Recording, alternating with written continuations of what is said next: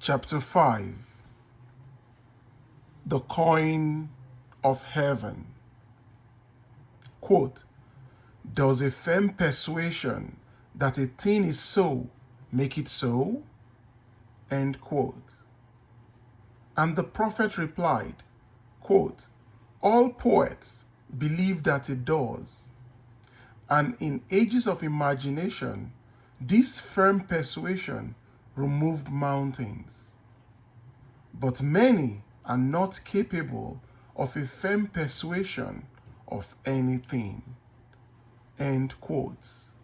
Blake, from Marriage of Heaven and Hell. Quote, let every man be fully persuaded in his own mind. End quote. Romans 14, verse 5. Persuasion is an inner effort of intense attention. To listen attentively as though you heard is to evoke, to activate. By listening, you can hear what you want to hear and persuade those beyond the range of the outer ear. Speak it inwardly in your imagination only. Make your inner conversation match your fulfilled desire. What you desire to hear without, you must hear within. Embrace the without within and become one who hears only that which implies the fulfillment of his desire, and all the external happenings in the world will become a bridge leading to the objective realization of your desire. Your inner speech is perpetually written all around you in happenings. Learn to relate these happenings to your inner speech, and you will become self-taught. By inner speech is meant those mental conversations which you carry on with yourself.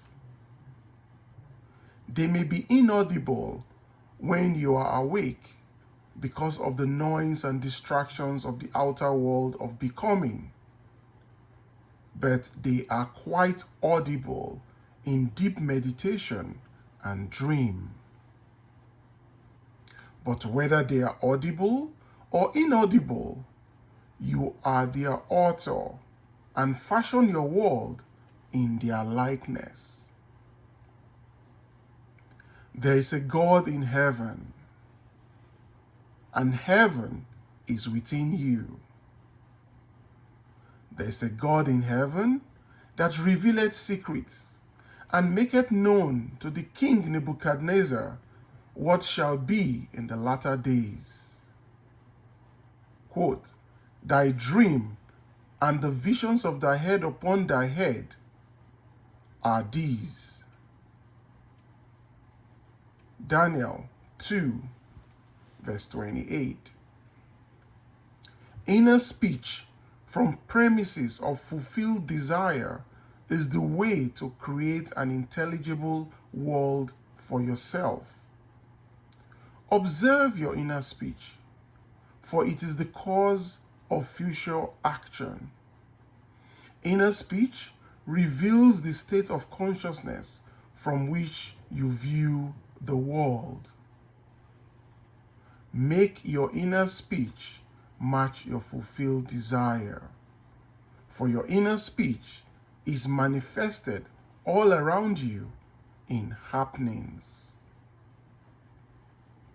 If any man offend not in word, the same is a perfect man, and able to bridle the whole body. Behold, we put bits in the horses' mouths, that they may obey us, and we turn about their whole body. Behold, also the sheep.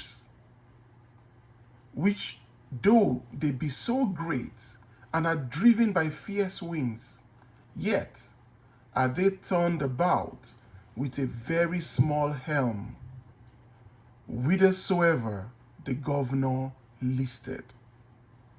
Even so, the tongue is a little member and boasted great things.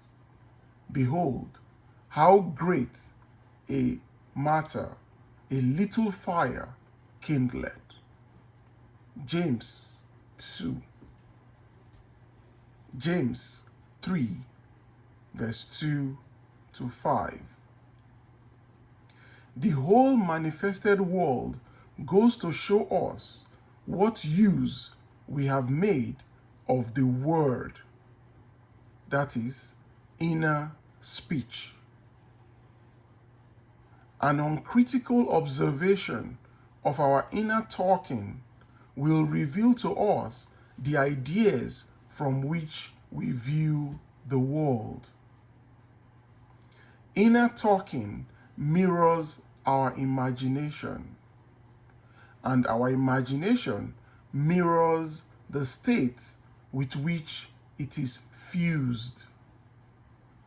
If the state with which we are fused is the cause of the phenomena of our life, then we are relieved of the burden of wondering what to do.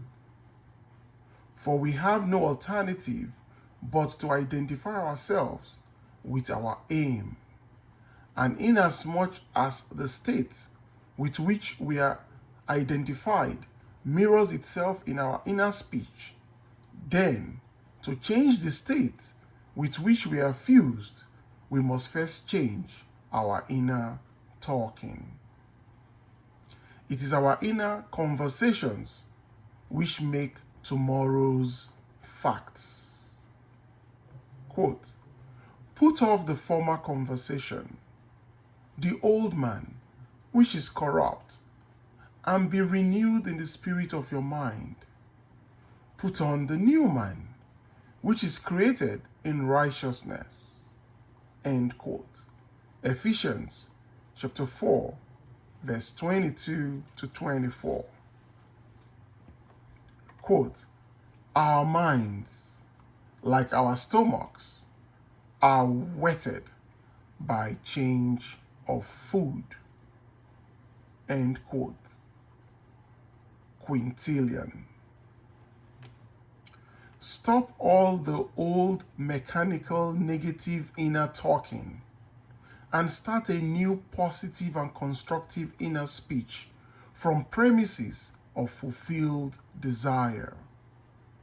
Inner talking is the beginning, the sowing of the seeds of future action.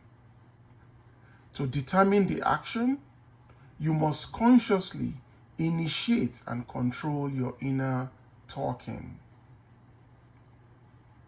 Construct a sentence which implies the fulfillment of your aim, such as, quote, I have a large, steady, dependable income consistent with integrity and mutual benefit, end quote.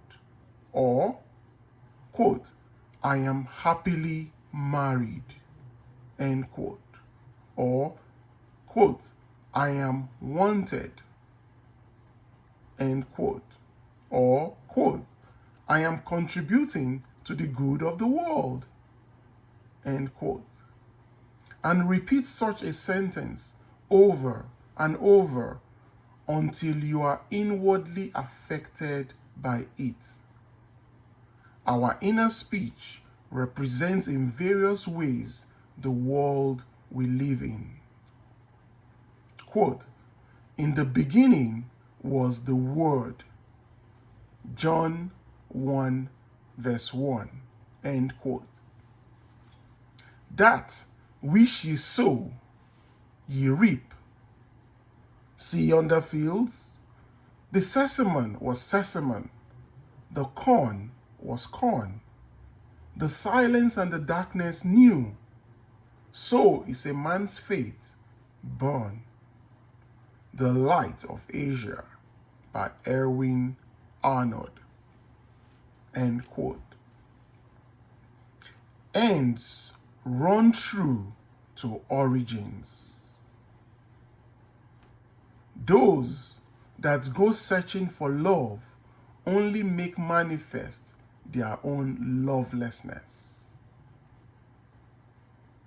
And the loveless never find love. Only the loving find love, and they never have to seek for it. D.H. Lawrence.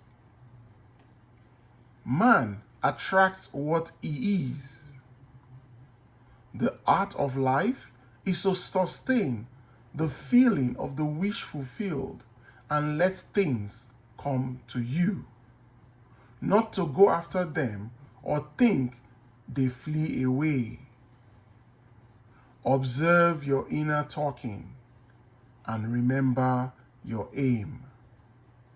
Do they match? Does your inner talking match what you will say audibly had you achieved your goal? The individual's inner speech and actions attract the conditions of his life. Through uncritical self-observation of your inner talking, you find where you are in the inner world.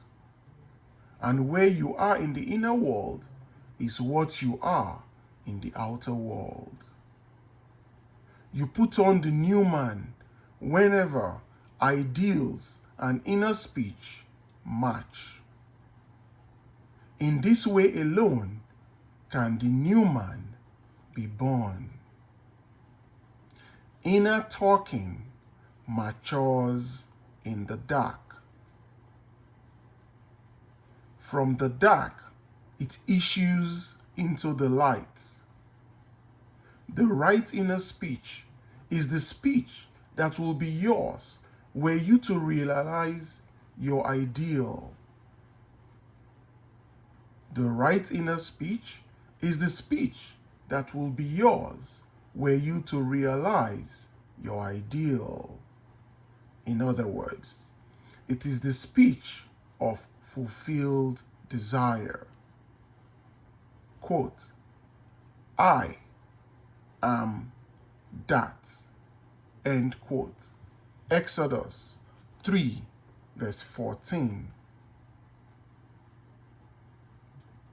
Quote, there are two gifts which God has bestowed upon man alone and on no other mortal creature.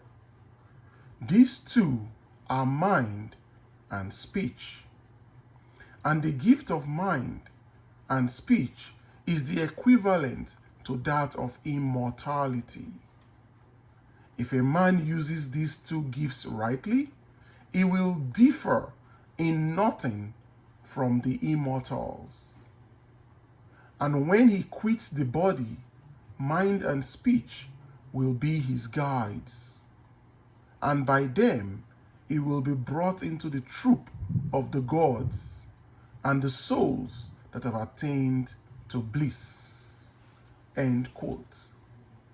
From the Hermetica, Walter Scott's translation. The circumstances and conditions of life are outpictured inner talking, solidified sound. Inner speech calls events into existence. In every event is the creative sound that is its life and being. In every event is the creative sound that is its life and being. All that a man believes and consents to as true reveals itself in his inner speech. It is his word, his life.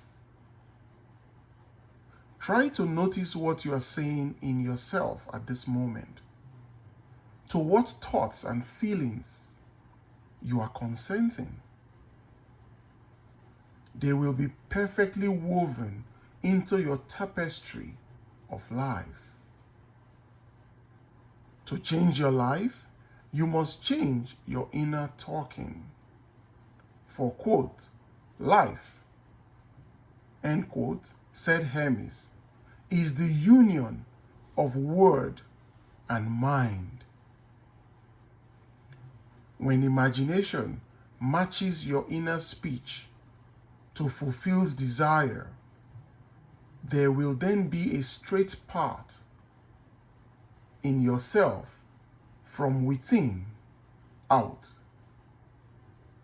And the without will instantly reflect within for you, and you will know reality is only actualized inner talking. Quote, receive with meekness the inborn word, which is able to save your souls. End quote. James chapter 1, verse 21. Every stage of man's progress is made by the conscious exercise of his imagination, matching his inner speech to his fulfilled desire. Because man does not perfectly match them, the results are uncertain, while they might be perfectly certain.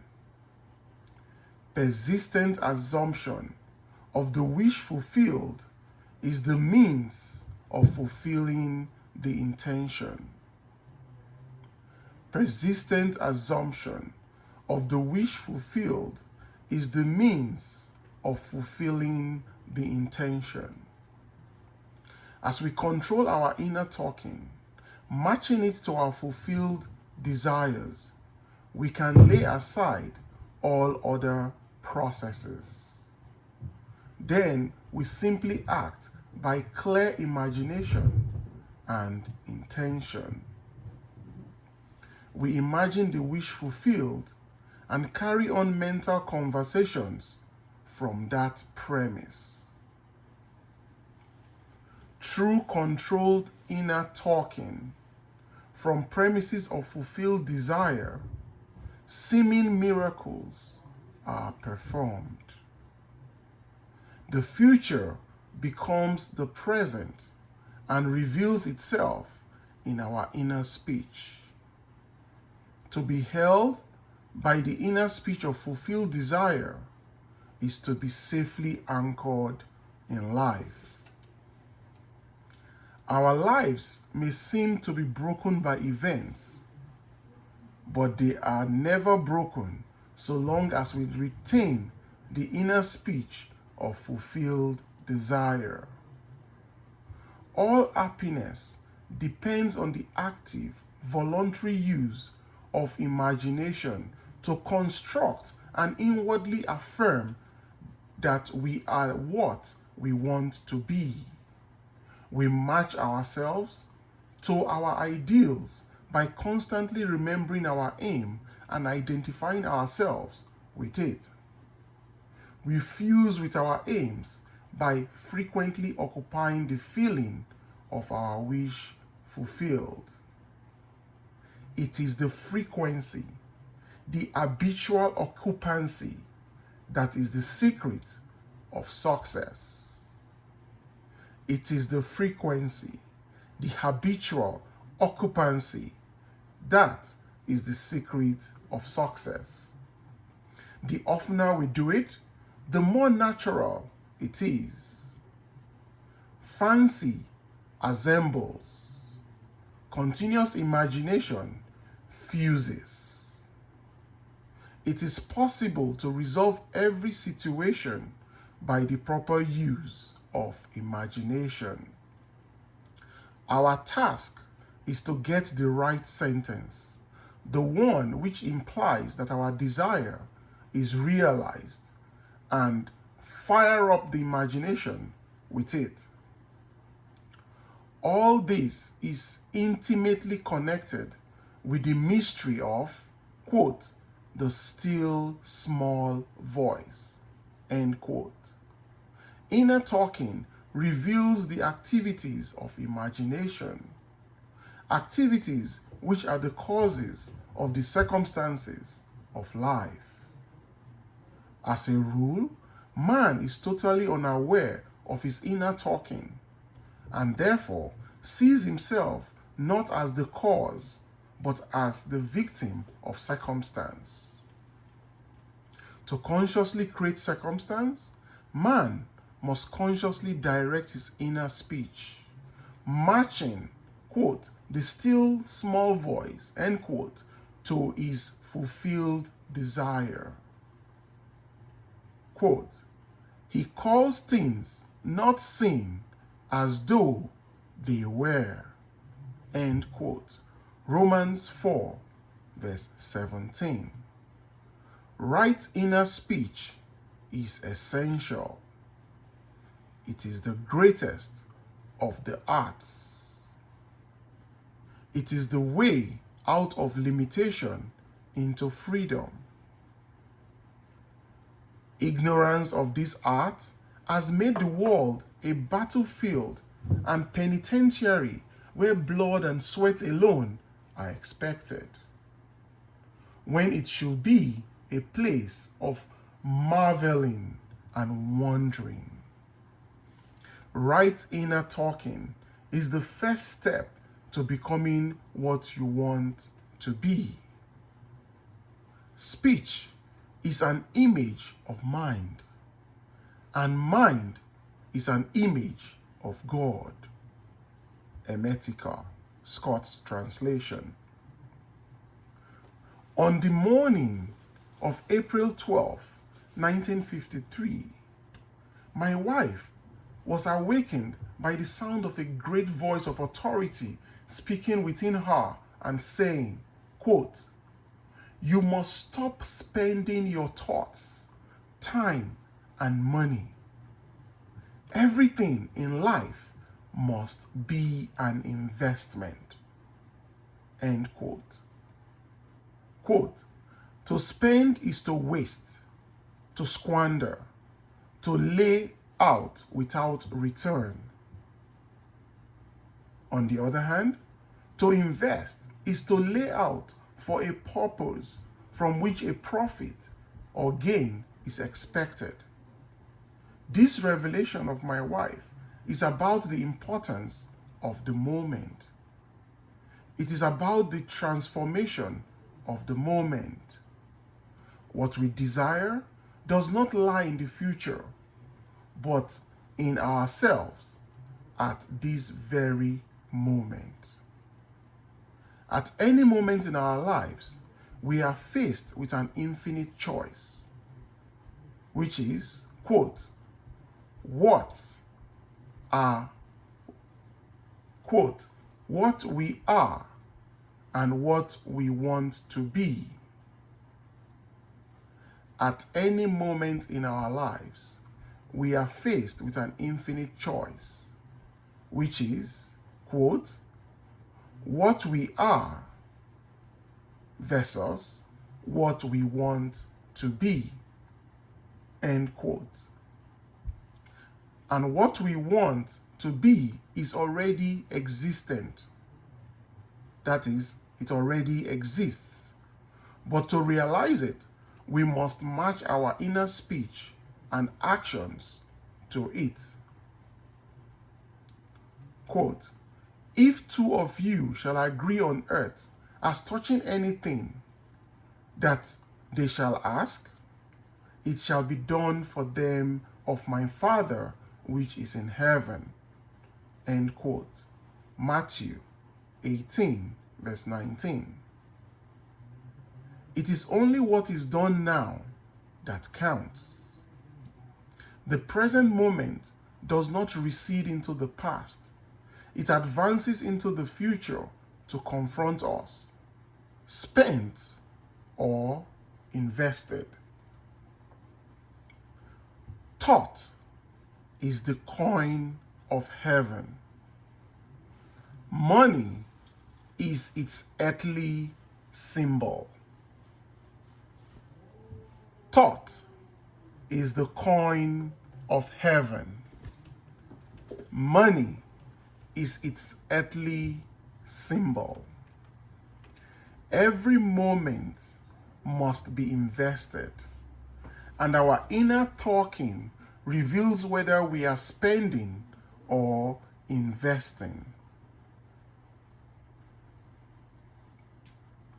Be more interested in what you are inwardly saying now than what you had said, by choosing wisely what you think and what you feel now.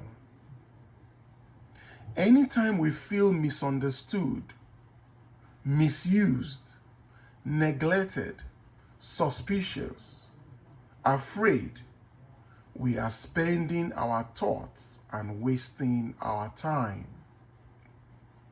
Whether we assume the feeling of being,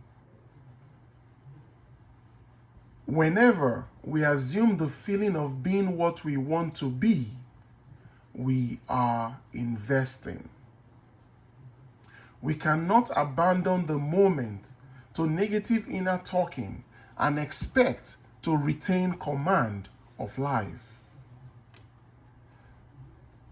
Before us go the results of all the seemingly left behind talk.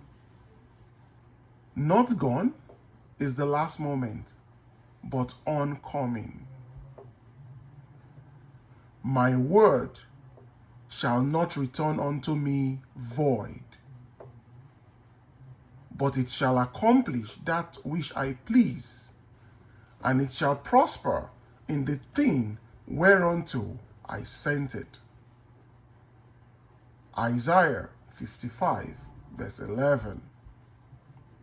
The circumstances of life are the muffled utterances of the inner talking that made them. That is, the word made visible. Quote, the word, end quote, said Hermes, is son, and the mind is father of the word. They are not separate one from the other, for life is the union of word and mind, end quote. Quote, he willed us forth from himself by the word of truth, end quote. James 1, verse 18. Quote, let us be imitators of God as dear children, end quote. Ephesians 5, verse 1. And use our inner speech wisely to mold an outer world in harmony with our ideal. The Lord spake by me, and his word was in my tongue. 2 Samuel 23, verse 2. The mouth of God is the mind of man. Feed God only the best. Quote, whatsoever things are of good report, think on these things, end quote. Philippians chapter 4, verse 8. The present moment is always precisely right for an investment, to inwardly speak the right word, the right sentence.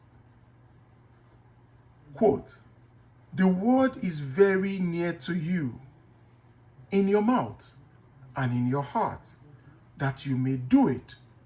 See, I have set before you this day life and good, death and evil, blessing and cursing. Choose life, end quote. Deuteronomy chapter 30, verse 14, 15, and 19. You choose life and good and blessings by being that which you choose. Like is known to like alone. Make your inner speech bless and give good reports. Man's ignorance of the future is the result of his ignorance of his inner talking. His inner talking mirrors his imagination, and his imagination is a government in which the opposition never comes into power. Man's ignorance of the future is the result of his ignorance of his inner talking. His inner talking mirrors his imagination, and his imagination is a government in which the opposition never comes into power. If the reader asks, quote, what if the inner speech remains subjective and is unable to find an object for its love? The answer is, it will not remain subjective, for the very simple reason that inner speech is always objectifying itself. What frustrates and festers and becomes the disease that afflicts humanity is man's ignorance of the art of matching inner words to fulfilled desire. Inner speech mirrors imagination, and imagination is Christ, and all things are made by Christ. Alter your inner speech, and your perpetual world changes. Alter your inner speech, and your perceptual world changes. Whenever inner speech and desire are in conflict, inner speech invariably wins, because inner speech objectifies itself. It is easy to see that if it matches desire, desire will be objectively realized. Were this not so, I will say with Blake, quote, sooner murder an infant in its cradle than nurse unacted desires, end quote. But I know from experience, quote, the tongue setteth on fire the cause of nature, end quote. James 3, verse 6, end of chapter of Awakened Imagination.